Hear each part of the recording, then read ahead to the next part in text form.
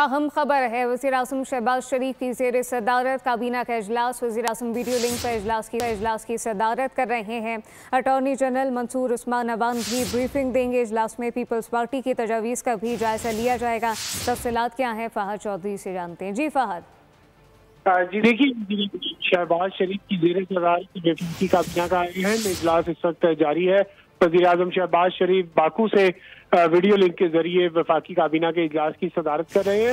वफाकी काबीना में आज आजम नज़ीर तारड़ वज़ीर कानून ने तफसीली ब्रीफिंग दी 27वीं आईनी तरमीम पर। इसके अलावा अटॉर्नी जनरल मंसूर उस्मान अवान ने भी काबीना अरकान को ब्रीफ किया। इस हवाले से ज़राए का कहना है कि पीपल्स पार्टी की जो तजावीज़ थी 27वीं आईनी तरमीम, काबीना अरकान को पीपल्स पार्टी और दीगर इत्तेहादी जमातों के साथ जो होने वाली मुशावरत है उससे भी आगाह किया गया।